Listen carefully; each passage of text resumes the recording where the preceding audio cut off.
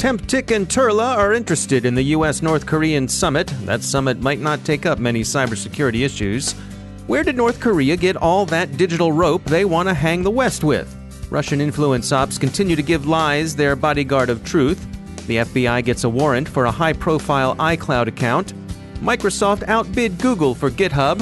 What will Redmond do with all that code? And Facebook may have a complicated relationship with Shanghai.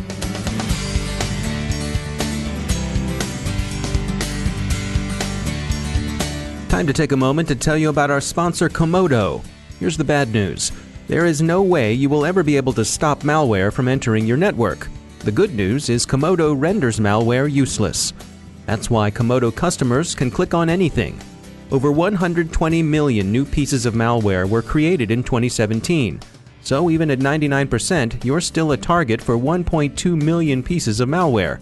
If you do the math, that's still over 3,000 problems per day that current solutions cannot solve. Komodo doesn't settle for 99%, and neither should you.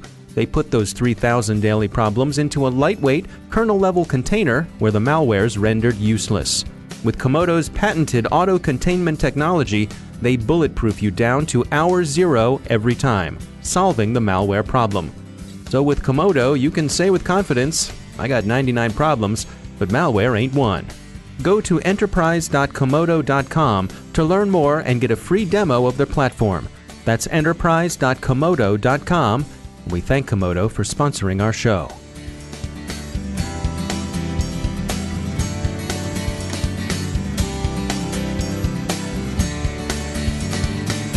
Major funding for the CyberWire podcast is provided by Cylance. From the CyberWire studios at Data Tribe, I'm Dave Bittner with your CyberWire summary for Wednesday, June 6, 2018. The U.S.-North Korean summit, still on for June 12th, approaches. According to security firm FireEye, interest in the meetings by other powers, notably Russia and China, is said to have prompted an increase in cyber espionage targeting South Korea. The two threat groups FireEye calls out specifically are Temptik, a Chinese outfit hitherto best known for its collection against domestic dissident or otherwise suspect groups, and Turla, best known for its Trojan of the same name. Turla is a Russian government group that's been active at least since 2008. It's generally believed to be associated with Russia's FSB. North Korean operators have been relatively quiet with respect to U.S. targets on relative good behavior as leader Kim prepares to meet President Trump in Singapore next week. But North Korean hacking remains a matter of considerable international concern to the U.S. and others. That said, however, the summit may not address cybersecurity to any significant extent, at least if various advisors and members of the U.S. foreign policy establishment are listened to. Advisors and various policy mavens are recommending that President Trump concentrate on nuclear affairs, leaving cybersecurity for another time. Nuclear arms reduction will be a tough enough challenge, they say, without adding equally difficult cybersecurity tensions to the agenda.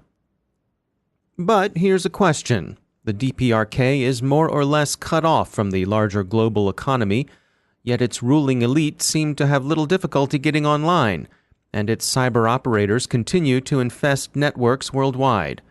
So where does North Korea get the hardware and software it needs to operate online, particularly the tools its elite needs to use the internet? Cyber intelligence firm Recorded Future concludes that they get it mostly from the U.S., but in roundabout ways, using spoofed identities or third-party cutouts.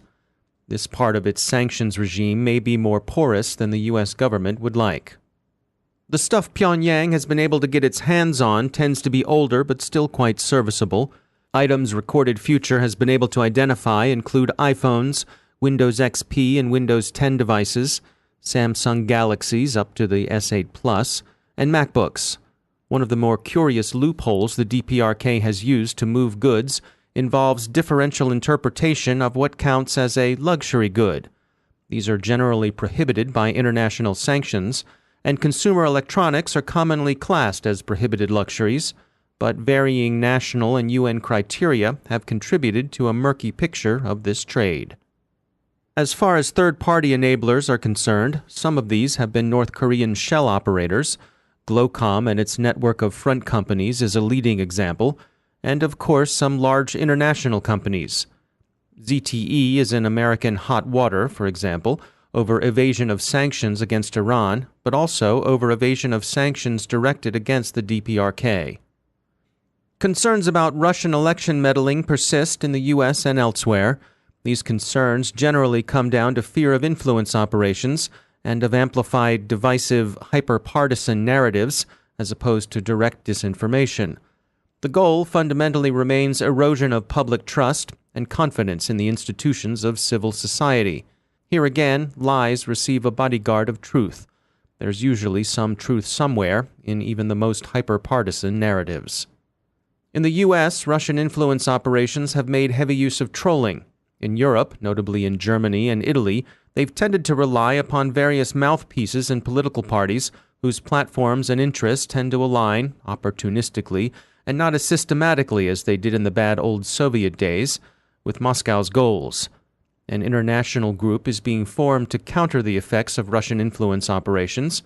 It will be called the Transatlantic Commission on Election Integrity. Its two co-chairs suggest a seriousness of purpose: former NATO Secretary General Anders Fogh Rasmussen and former U.S. Secretary of Homeland Security Michael Chertoff. We'll watch their activities with interest. There are, of course, still secondary concerns about voting integrity in U.S. midterm elections.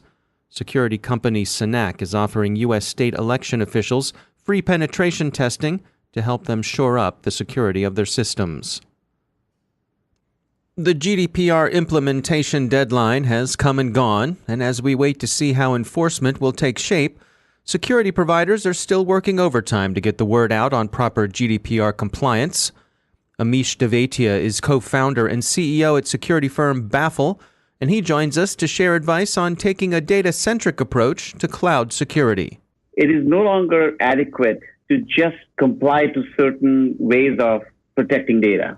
GDPR is different in the sense that if you lose the data, no matter how you've protected it, you are liable. It doesn't just stop there. It goes a step further where it actually talks about the fact that security has to be always on, so always secure by default. And it has to be done by design. Security has to be implemented by design.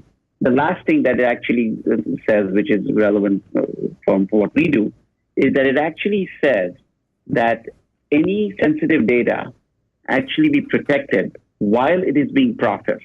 This is Article 25. So during processing, not only do they say that it has to be protected, they actually talk about the fact that it has to be what they call pseudonymized, which means that it's either tokenized, it's masked, or the best form of protection is actually encryption.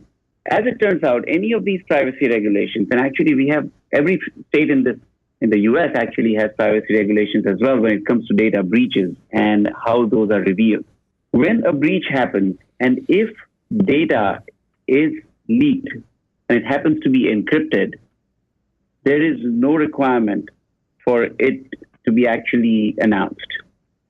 You don't have to reveal the fact that you were breached if all you lost was encrypted data. So encryption is really the only safe harbor that's available for an enterprise when they get into a situation where the data is breached. That's an interesting insight. So if an organization takes the effort to encrypt their data, that could save them a lot of headaches along the way when it comes to GDPR compliance. Exactly. And again, it's very specific in the sense that if you lose the encrypted data and the keys, you still have to reveal that. So there is a disclosure requirement for that. But if you just lose encrypted data and not the keys, there is no disclosure requirement. So I suppose the rationale there is that if someone gets their hands on encrypted data without the keys, it doesn't really have a lot of use for them.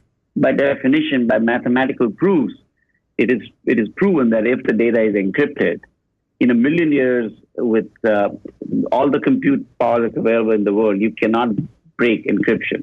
AES encryption, which is what we use, has that guarantee today. One of the points that you make is that GDPR is going to have specific effects on folks using cloud services. What can you share about that? Yes. So again, GDPR is actually the first regulation that is very broad-based in the sense that it doesn't really even apply to specific companies or specific geographies or where the data is stored. All they say is if you are a resident of the EU, you have a right to your data being protected. So the data may be stored anywhere in the world, but as long as you are an EU resident and that particular data is stolen, that entity that actually the data processor that collected your data is now liable. So that completely changes the whole story because it really doesn't matter where the data is located. There are other data location requirements that are also specified where certain countries require data locality. Data has to be in Germany or in Belgium. GDPR itself is not necessarily focused on that. It's only focused on the record itself, the individual's data. By definition, when you talk of cloud, data locality completely goes out the window because you really don't know where your data ends up. And that's where we believe that this is going to really drive the need for what we would like to refer to as data-centric protection, or ways of protecting the individual record itself, and not just the environment, not just a file, or not just a specific repository. It's really about protecting data at the record level. That's Amish Devatia. He's from Baffle. Security researchers at cyber company Lastline have found at least 3 sophisticated keylogger variants in the wild. They're actively targeting financial institutions. Cryptocurrency exchange Bitfinex is back online after sustaining a denial-of-service attack that took it down for several hours earlier this week. Former Trump campaign manager Paul Manafort faces additional charges based on evidence the FBI collected under a warrant for his iCloud account. The FBI had enough evidence to obtain the warrant, and Manafort, who had encrypted his message traffic, found that this was insufficient to keep the Bureau out once they had access to iCloud. A number of observers think this investigative success undermines the Bureau's rather lonely campaign for what it calls responsible encryption, and what most other people call either backdoors or key escrow. Microsoft had to outbid Google to buy GitHub. Mountain View is said to have competed for the open source code repository with Redmond. Redmond offered more. In fact, its $7.5 billion bid amounted to 25 times GitHub's annual revenue, which is a nice premium. To put this amount in the context of an acquisition in another industry, the aerospace sector, Northrop Grumman is buying Orbital's ATK for $7.8 billion, a little more to be sure, but still in the same ballpark. GitHub hosts open source code.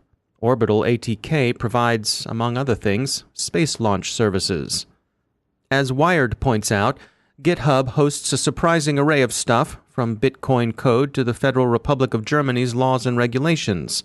The code in GitHub's 85 million repositories includes software that enables the creation of things like deepfakes, non-consensual adult content, and even roll-your-own Xbox emulators, the last of which, for example, would hardly be welcome at Redmond on grounds of pure and probably legitimate commercial self-interest. If Facebook and Twitter have trouble moderating content, what's Microsoft going to do about software whose purpose is to produce the content Facebook and Twitter are so tangled up about? Speaking of Facebook, it appears the platform allowed at least 4 Chinese firms, including usual suspects Huawei and ZTE, to access its users' data, often without those users' consent. This has raised senatorial eyebrows. Facebook, after a little initial vagueness, acknowledged its partnership with Huawei to Senator Warner of Virginia. And Facebook says it intends to wind up its surprising partnerships by Friday. So get those friends while they're hot, People's Liberation Army Unit 61398. Your relationship status may soon be changed to, it's complicated.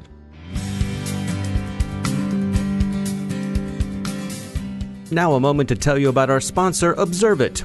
It's 2018. Traditional data loss prevention tools aren't cutting it anymore. They're too difficult to deploy, too time-consuming to maintain, and too heavy on the endpoint. They are high maintenance and require endless fine-tuning. It's time to take a more modern approach. With Observit, you can detect insider threats, investigate incidents quickly, and prevent data loss. With its lightweight agent and out-of-the-box insider threat library, Observit is quick to deploy and far more effective at stopping data from leaving your organization. That's because Observit focuses on user behavior. It's built to detect and respond to insider threats and it's extremely difficult even for the most technical users to bypass.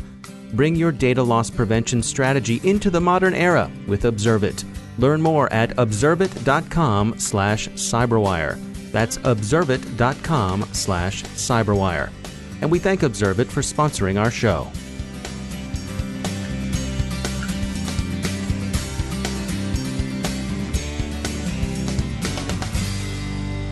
And I'm pleased to be joined once again by Johannes Ulrich. He runs the Internet Storm Center Daily podcast, the Stormcast from the SANS Institute. Johannes, welcome back. Today you had some things you wanted to share about deserialization. What do we need to know about this? Yeah, so last year, OWASP added deserialization as one of their top 10 vulnerabilities. And people were a little bit confused by that because it's not sort of one of those vulnerabilities you're often confronted by, like SQL injection or cross-site scripting. But I think they actually really hit it on the nail on the head here with that addition because we had a number of high-profile deserialization vulnerabilities recently. For example, WebLogic, Apache Struts, and a lot of these frameworks. And that's really sort of a little bit the problem with this vulnerability. It often shows up in these frameworks, these libraries that you use. So it may not necessarily be code that you write. What this is all about is that, in languages like Java, .NET, you're dealing with objects. Deserialization takes essentially text and converts that into an object. Now, simplistically speaking, that sort of data, converting it into a variable.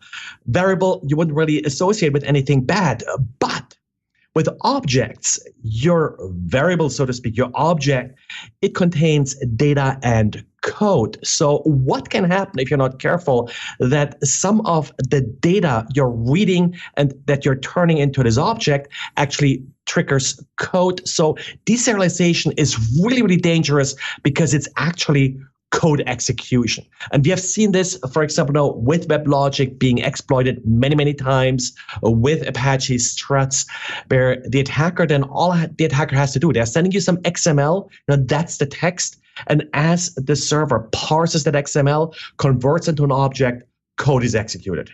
And so what are the protections against this? What you really have to do as a developer is the function that's being used to read the data. You have to write sort of your own custom function here, not necessarily relying on some of the default functions. The default functions, they're doing, what they're supposed to do, but sort of without restrictions. So whatever comes, they're turning into an object. But what you have to make sure is that all the objects that you receive, are safe to actually deserialize. And one way to do that is to just write your own read function to do that. In some cases, if you authenticate and verify the data before you actually deserialize it, so you make sure you actually receive it from an authenticated source, you definitely, in web applications in particular, always should first authenticate before you accept and parse any data. So that's another sort of additional protection that you can perform. Or, digitally sign data, so it can't be altered by an attacker in transit. And that also helps to minimize the risk of deserialization somewhat. All right. It's interesting stuff as always. Johannes Ulrich, thanks for joining us. Thanks. And that's the Cyberwire. Thanks to all of our sponsors for making the Cyberwire possible, especially to our sustaining sponsor, Cylance. To find out how Cylance can help protect you using artificial intelligence, visit Cylance.com. And Cylance is not just a sponsor, we actually use their products to help protect our systems here at the Cyberwire. And thanks to our supporting sponsor, VMware, creators of Workspace ONE Intelligence. Learn more at vmware.com. The Cyberwire podcast is proudly produced in Maryland out of the startup studios of Data Tribe, where they're co-building the next generation of cybersecurity teams and technology. Our show is produced by Pratt Street Media with editor John Petrick, social media editor Jennifer Iben, technical editor Chris Russell, executive editor Peter Kilpie, and I'm Dave Bittner. Thanks for listening.